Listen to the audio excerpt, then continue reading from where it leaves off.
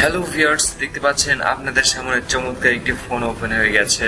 অসাধারণ লুক। এই ফোনটি হচ্ছে নোকিয়া ম্যাস প্রো লাইট।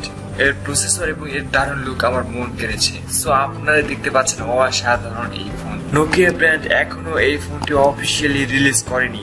তারা এই প্রথম এত কম মূল্যে ফোনটি রিলিজ করতে চলেছে। এটির ব্যাক সাইডে সেম আইফোনের মতো ডিজাইন করা হয়েছে। পেছনে 3টি ক্যামেরা দেওয়া হয়েছে, যাতে থাকছে 48 মেগাপিক্সেলের রিয়ার সেন্সর এবং 64 মেগাপিক্সেলের রিয়েল মেইন ক্যামেরা। এবং এতে অ্যান্ড্রয়েড ভার্সন হিসেবে লেটেস্ট ভার্সন অ্যান্ড্রয়েড 10 ব্যবহার করা হয়েছে। এর ডিসপ্লে হিসেবে 6.6 ইঞ্চি 4K রেজলিউশন একটি ডিসপ্লে দেওয়া হয়েছে। প্রসেসর হিসেবে থাকছে ওয়েলকম স্ন্যাপড্রাগন 865 চিপসেট, একদম লেটেস্ট ভার্সন, যা গেমিং এক্সপিরিয়েন্স হবে দারুণ।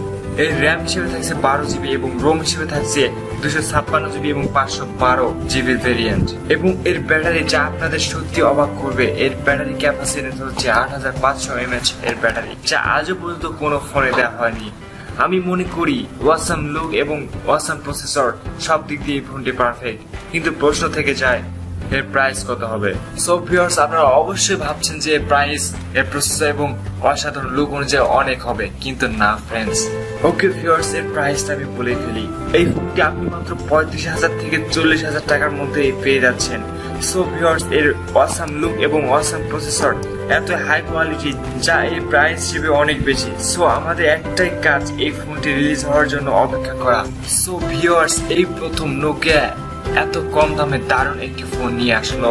তারা এই কবে ফোনটি রিলিজ দেবে, আমরা অপেক্ষায় থাকবো। সো অসাম একটি লুক, যা আমার মন কেড়েছে। সো ভিউয়ার্স, আশা করি আপনারা এই ফোনটি সম্পর্কে খুঁড়িয়ে সবকিছু জানতে পেরেছেন।